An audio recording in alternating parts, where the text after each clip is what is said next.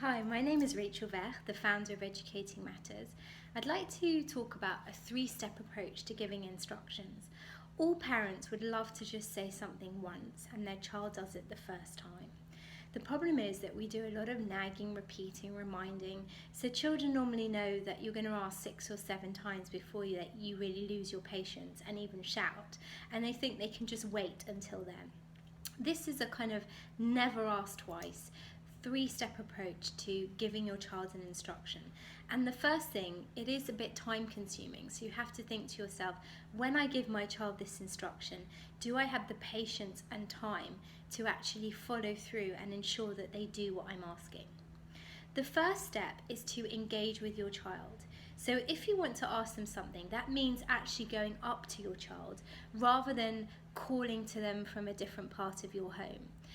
So actually going to your child and not talking to them when they're not looking at you or they're in front of a screen, but engaging them in some way. So you may need to start by doing this by, for instance, commenting on something they're doing, or descriptively praising or saying, wow, you're building such an interesting shaped tower if it's a young child, or I can see you're really enjoying doing X, Y, and Z.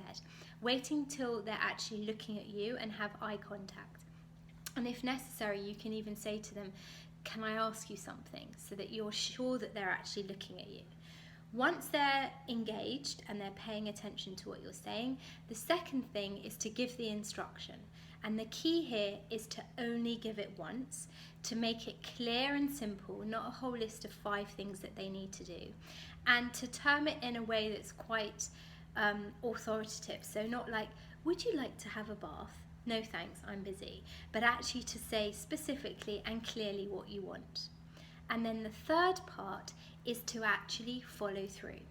The problem is we often give instructions and then walk off, and we're surprised 20 minutes later when our children haven't actually done what we've asked. So you need to stay in their space, just look at your child, not repeating the instruction, but they presumably know what it is that they need to do.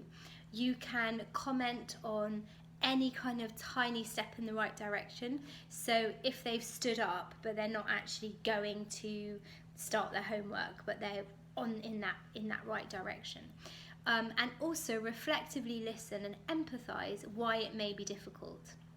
I know it's difficult to stop doing something that you're really enjoying and have to get ready for bed, or you're having so much fun in the garden you don't really want to go and have a bath now. But just staying in their space, and nothing that the child wants happens until they've actually followed your instruction. It can take time, but when your children actually know that what you say you mean and that you're going to follow through with the things that you ask them to do, it's a much better way of getting them to cooperate. Thank you.